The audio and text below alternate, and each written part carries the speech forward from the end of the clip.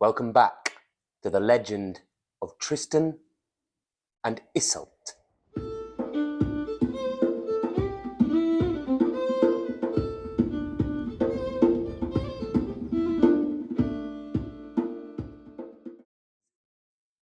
So, my friends, a story, or the third part of a story that I've told the first two parts of on this channel quite some time ago now, about a year ago.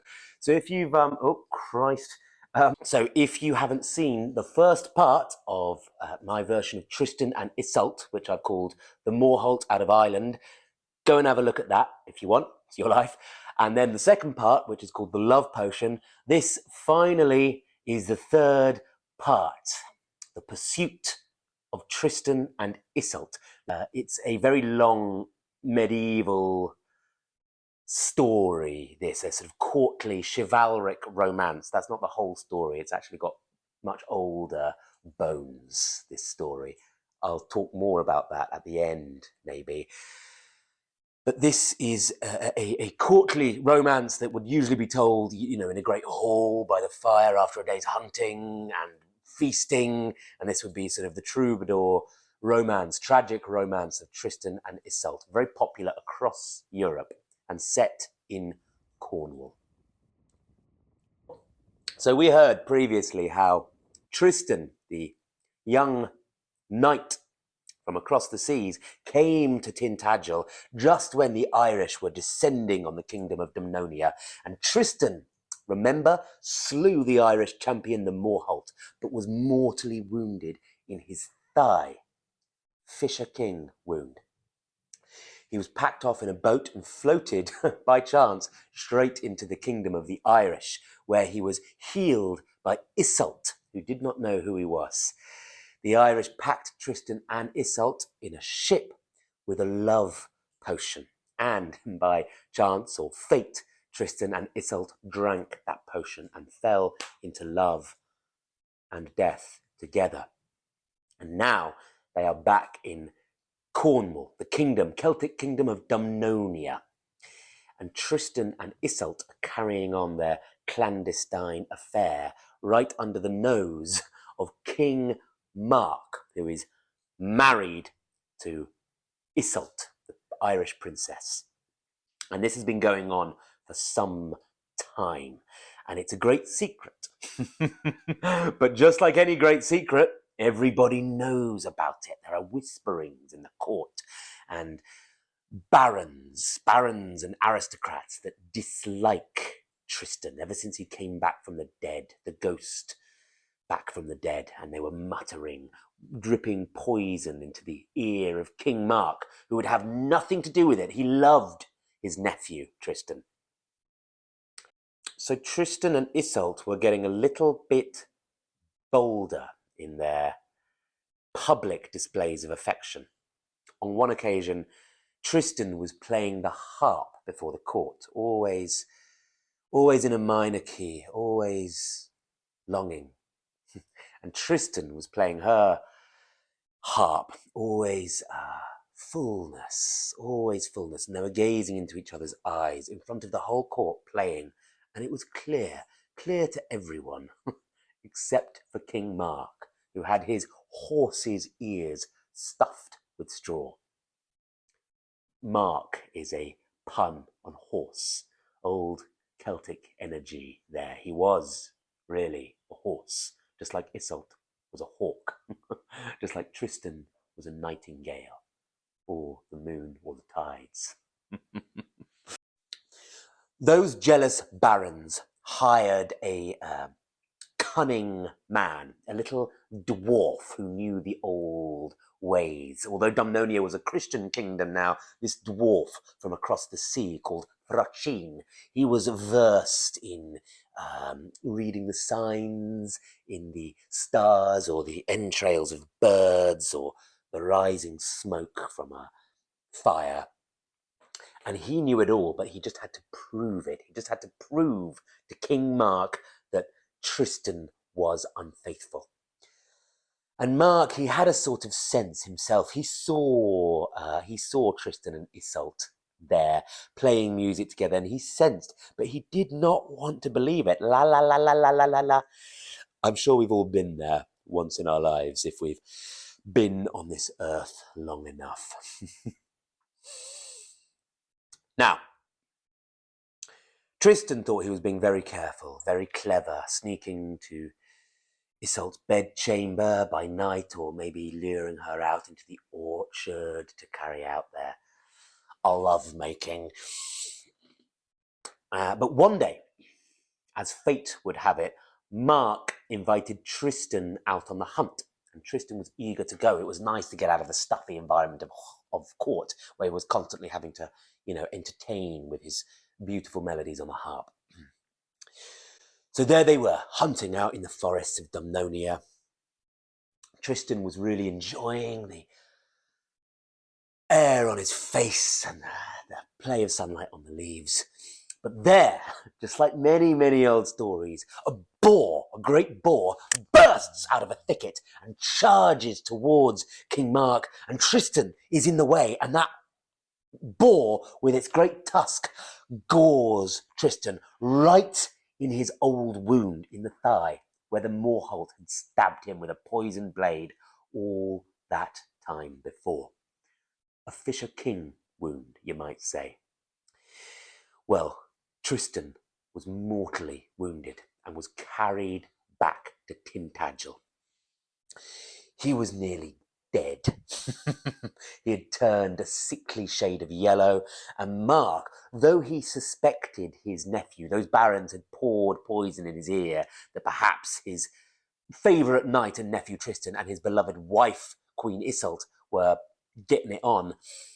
He still loved Tristan, and he called for all the best priests and all the best cunning men and women to heal Tristan. But Tristan knew it was Iseult's love that would really cure him. And Iseult sent a message via Branwen, her maid, that she wanted to see Tristan that night. And Frachin, the dwarf, he knew that Tristan would try and make his way to Iseult's chamber that night. He had seen it written in the stars, in the patterns of the crows over Tintagel. So he did this. He laid out flour on the threshold of Iseult's chamber. It was dark in those Cornish castles. You couldn't really see it. But Tristan was canny. He was a trickster. He knew what the game was. He saw that flower and he leapt over it. The lovers leap. In all the old stories, the lovers can leap. But as he leapt, 3 drops of blood fell from his wound onto the flower. 3 drops of red on white on the black bough of the floor. Very old symbology there. If you know anything about myth and folklore, this will resonate with you.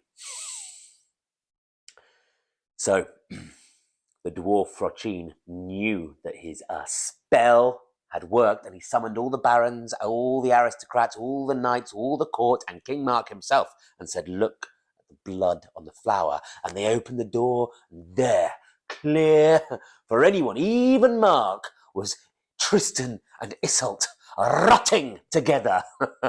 Well, proof, and the sentence was inescapable. For Tristan, death by burning alive. But Iseult, she would do a trial. More on that in a minute. So the next day, Tristan was led out of the dungeons and to the end of the land where the pyre was lit. And he just asked his captors, he was bound on the wagon, if he could just go and pray at that chapel just on the edge of the cliff. Well, there was no escape for him, so his captors thought, why not? Go and make your peace with God, and then we'll kill you. Mark allowed it too. He was a cuckold, but a generous king. Tristan walked made his prayers, then turned around. That chapel was at the very edge of the cliff, remember? And he stepped up into the chapel window right at the very edge of the cliff, prayed, nodded. He nodded to the assorted knights and then just dropped backwards. He would choose the manner of his own death, and he fell. He fell. But a strange thing happened. Just like many of the old stories, the wind caught him. Just like the zephyr in Greek myths, the wind caught his cloak and carried him away to some hidden bay. But everyone else thought he had committed suicide. Some magic intervened. The story was not done for Tristan. Iseult, meanwhile, was being led down to a little boat down on a bay, and she was being carried in that boat to an island just around the bay, the very same island where all that time before Tristan had slain the Morholt and saved the whole kingdom of Dumnonia. How things change. Now, an idea popped into Tristan's mind. He made his way, picking his way along the bottom of the cliffs until he could swim to that island, and he found an old rag and he wrapped it round himself. And he approached the vast throng of people that were going to watch Iseult's trial. And the trial was like this. An iron bar would be placed in the fire. It's a bit like witches' trials. And then would be placed into Iseult's hands. And if she could hold on to that iron bar that had been in the fire for a long time, she was innocent. If her hands blistered, she was guilty, and she would be given to the lepers, given to the leper colony. And every single man of that leper colony that still had his manhood left, if it hadn't rotted away, would have his way with her. A fate worse than death, you might say. But Tristan, he hit upon a plan. Just when that boat was coming in, Tristan assumed the form of a leper, trickster Tristan, remember. He's a master of disguise. Cloak over his head. He did a very good impression of a leper. And he just made the briefest moment of eye contact with Iseult as she was just about to step off that boat. And he offered his hand, and she put her legs over his shoulders, and he carried her to that island and then deposited her on it. Now the trial commenced, and the officiator of the trial, none other than the little dwarf Frocin, said, "Has any man lain with you?" before putting a burning iron bar in her hands. And she said the truth. "No man has touched my body except for my husband," and put out her hands for the bar. Wait. We have to do this properly," said Iseult. "No man has touched my body except my husband and this man here who has courteously carried me from the boat to this island." Got off on a technicality. Clever Iseult. And she was redeemed. But things weren't the same in Tintagel after that. When it turned out that Tristan had not perished after all, he had found his way back from the bottom of that cliff, and Iseult, that bar was placed in her hand. It was cool to the touch. Strange magic. The gods were on her side. And Tristan and Iseult were vindicated. But the damage was done. It was worse than before. They were proved innocent before God and the whole assembled court, but yet everyone knew they were guilty. Something in Tintagel was broken. Well, there was nothing else for it. Tristan and Iseult had to elope. And they did so quite quietly, quite undramatically. One night, they just slipped away. They went into the dark, tangled, primeval, ancient oak forests of Dumnonia. And they made a hut there. Nothing more than a just shelter of leaves, really, with a simple bed and fire. Oh, Tristan promised that he would turn it into a bigger hut, maybe a castle one day, but none of this really mattered to begin with. They had each other, and they could cook as often as they wanted. Tristan would hunt. It was good. They were free at last to enjoy each other's company out in the forest. Meanwhile, in Tintagel, chaos reigned. Mark was raging with fury.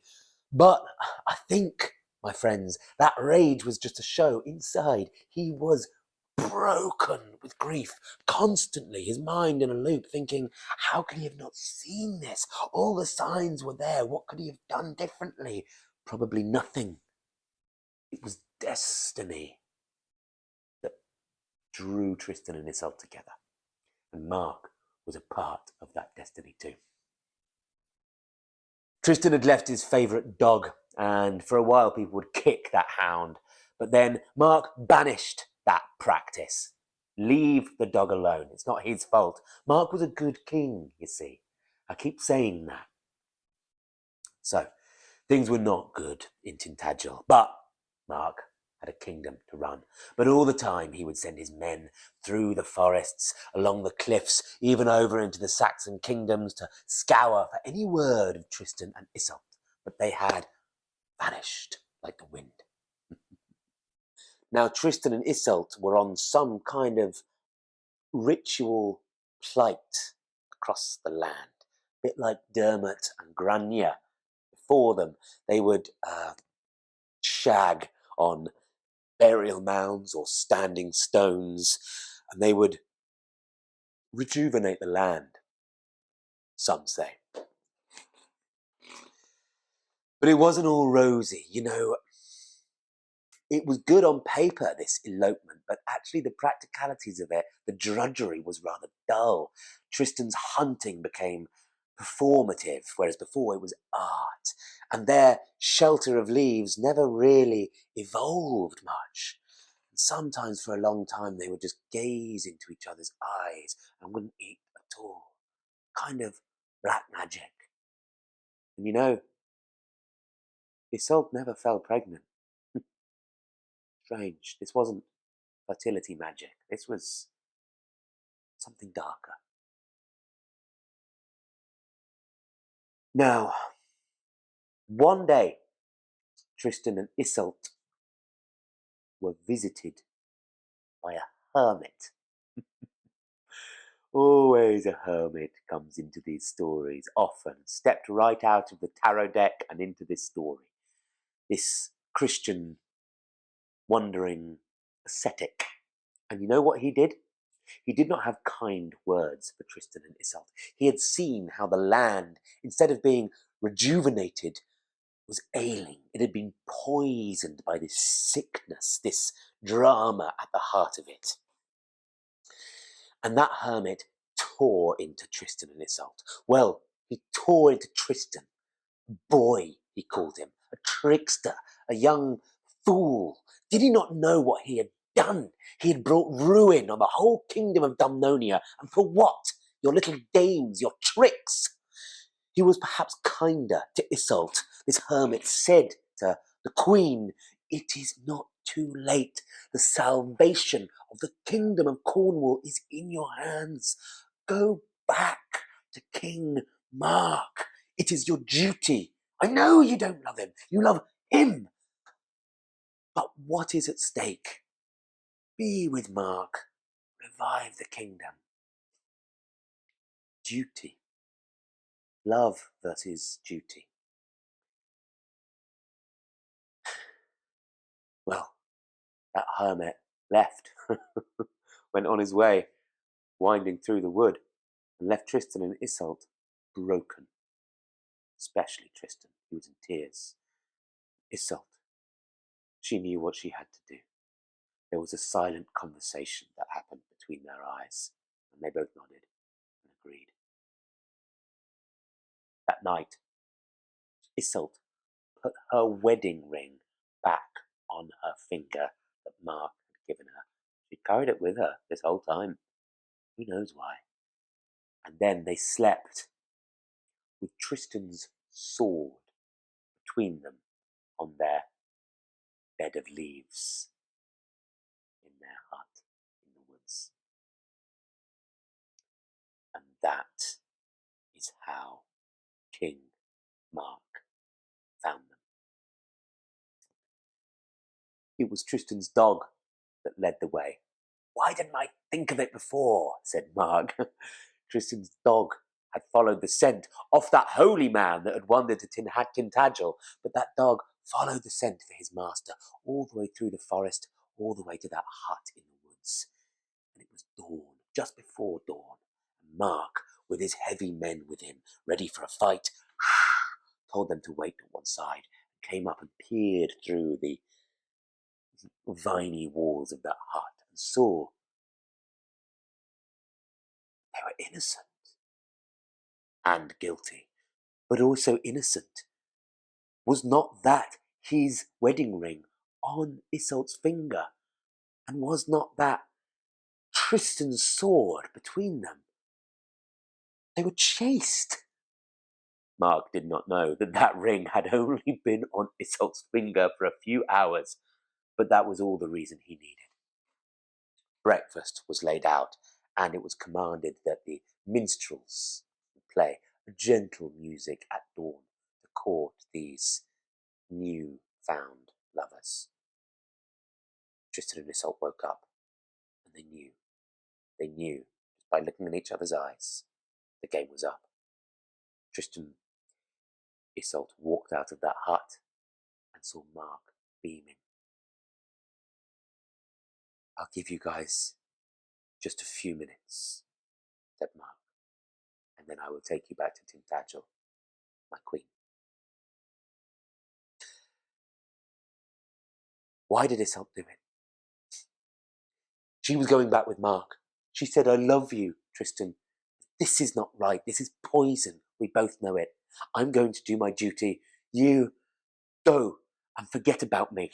But take my ring. If ever you need to get a message to me, send it with this emerald ring, and I will know the message comes from you." And she pressed that ring on his finger. And then, just when Mark came back, she turned around and said, "I am ready, my sovereign and my husband." And she rode behind King Mark, her hips pressed into his back, all the way back to Tintagel, leaving Tristan alone. She did not turn and look back. That ring, why did she do it? It was like a dagger in his heart. It left a single little sliver of doubt in his mind. Tristan, he went off into the forest. He went into the dark woods of South Wales. He lived in the forest for a while, or he would go through taverns and alehouses. Iseult, meanwhile, got a queen's welcome back to Tintagel. Everything was forgotten. Even her maid, Branwen, was there. People were throwing petals and seashells at her, and all was good. The land began to heal. Tintagel was becoming itself once more. Even the Saxon hordes the other side of the River Tamar were being beaten back. It was good. Tintagel had its juju back.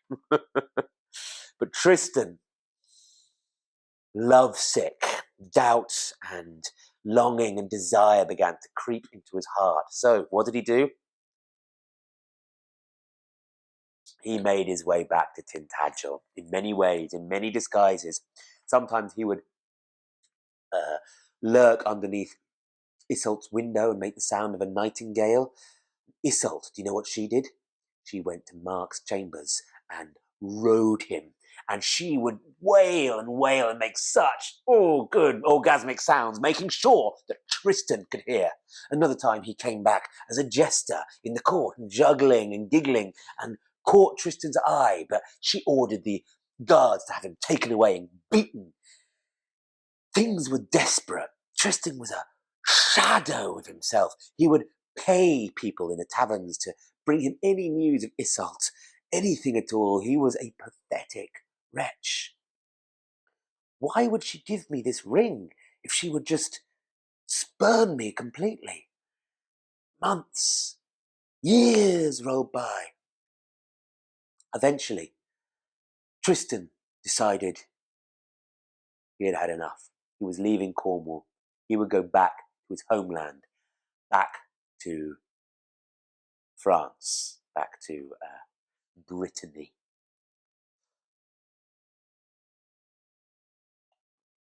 You know, he even met someone there. Met her at a courtly event in the court of another king. You know what her name was? You guessed it. Iseult. The fates have a grim sense of humour. You know, Tristan even kind of grew to love her in a way. Iseult of the White Hands was her name. She was unpretentious. There was none of the high drama of his relationship with the other Iseult, the Irish Iseult. Things were normal, you know, safe. I might as well marry her, thought Tristan. So he did. Asked her hand in marriage. She said yes, of course. Remember, Tristan was quite the catch. It was their wedding night, and Tristan had gone into her chamber to consummate the marriage. And at that moment, that emerald ring fell on the floor, and the cataracts fell from Tristan's eyes. He looked at the ring and then looked at his bride. And what did he see? Slightly plain, slightly dowdy, middle-aged woman. And he had been with Iseult, the sun. Iseult, the hawk in human form. What was he thinking? I'm sorry, my love. I can't do it. And he told her everything. Everything. Everything. She was, poor Iseult, Mark II. She was a bit miffed, let's put it like that. But you know, a funny thing, she sensed that she was part of a greater story, and she actually persuaded her own brother to take Tristan's emerald ring to Queen Iseult and say he still loves you, because that seemed like the best thing to do in the service of something greater. And the plan was this. Iseult of the White Hand's brother would go to Queen Iseult, Queen of Cornwall, with the ring. And if Iseult would return, they would erect white sails on the ship. If she would not, black sails. Now Tristan was growing sick with love sickness. That was the real reason. But actually, his old wound, his Fisher King wound, was playing up again, festering. And he was on death's door. And all he could say was, Iseult, Iseult, Iseult. Which Iseult was he talking about? I think we all know. Now, back in the kingdom of Dumnonia, Queen Iseult, things were strange with her. She was having dreams of Tristan for the first time in a while. And you know, she had been playing this queen game for quite some time, and it was fun at first. She really leant into it. She had to spurn Tristan. She had to. Even the mere thought of him would spoil this thing she was trying to do with Mark. And she was trying to do the good thing, play queen. She had duty to do. It wasn't about her. But it was boring, just opening up the shopping centres with the scissors and the rope, constant, royal engagements, waving from balconies. It was making her die. She was a pagan at heart. She was a hawk. She belonged in the sky, flying high like the sun, not cooped up in a cage in this Cornish palace. She was dying. Her spirit was dying, and she knew it. She had to be with Tristan again. That very day, the Breton nobleman arrived and requested a word with her in secret, presented the emerald ring, and Iseult, that very night, snuck out of the castle and stowed away on that ship.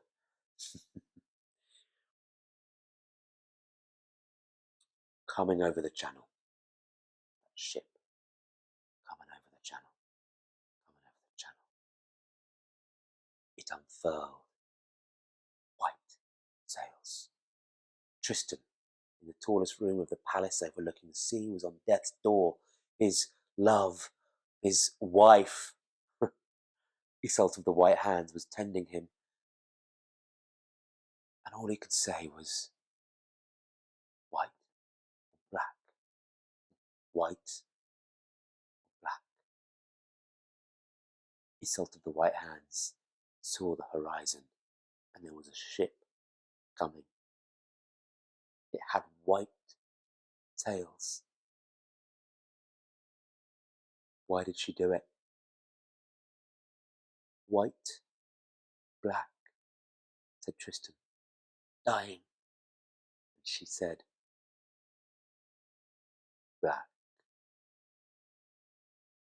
Tristan died right there, with a broken heart. The ship came into sea. Iseult, no queenie decorum at all, ran up the beach, screaming for her love, Tristan. She burst through the castle door, but Tristan was there, dead. You know what she did? Pulled out Tristan's dagger, stabbed herself in the heart. The next ship on the horizon had the colours of Cornwall. King Mark, a wretched man, got out of that ship, ran up the beach into that Breton castle, and saw the two people he loved most in the world, dead in each other's arms, Romeo and Juliet style.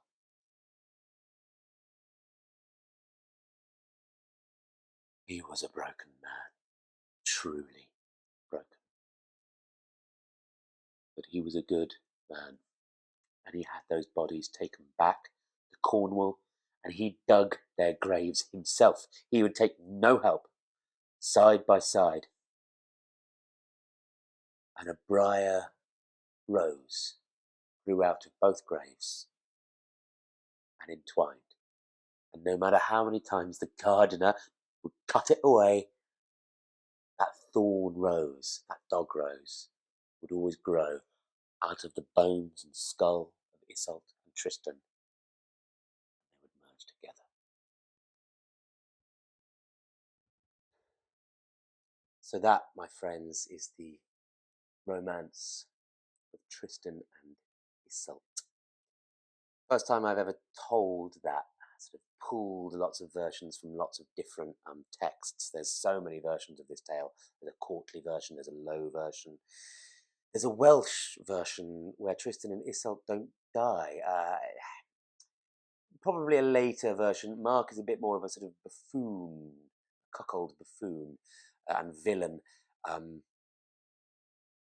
where Mark is given the option of having Iseult for one half of the year when the leaves are on the trees or when they're not, and Mark chooses when they're not, because he thinks that the nights will be longer in the winter and he can spend more time with Iseult. Lecherous Mark in this version.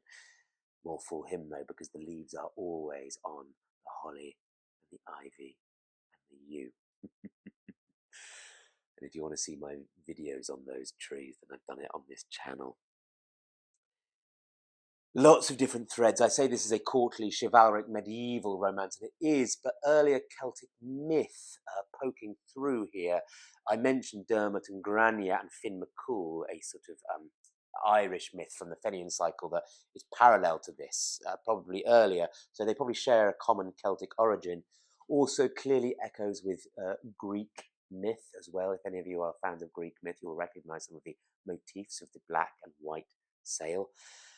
But there's something old in this as well. There's something celestial. There's some sort of Bronze Age or even earlier myth. I told you that Iseult is the sun. She's nothing like the sun, in the words of Shakespeare. She is the sun. Hawk and sun. Tristan, he's the tide and therefore the moon, and also the nightingale. They complement each other. Mark, he's a horse. There's various old Bronze Age archaeological items of a golden horse pulling the chariot of the sun across the sky into the darkness and then into the light again, this constant solar cycle. When did Tristan and Iseult die? Winter solstice. When did they drink that love potion? Summer solstice. So they're trapped in this cosmic drama. They had no choice but to make the decisions they did. There were wider forces at play. The gods demand their drama. And my friends, we are all in this great cosmic drama ourselves. So if something happens that just seems too big to explain, just know that you are standing on mythic ground and under a mythic sky. And hearing these old stories might give a greater resonance and beauty, meaning and depth and context to these little experiences we have as humans on this earth. Thank you very much, my friends. See you next time.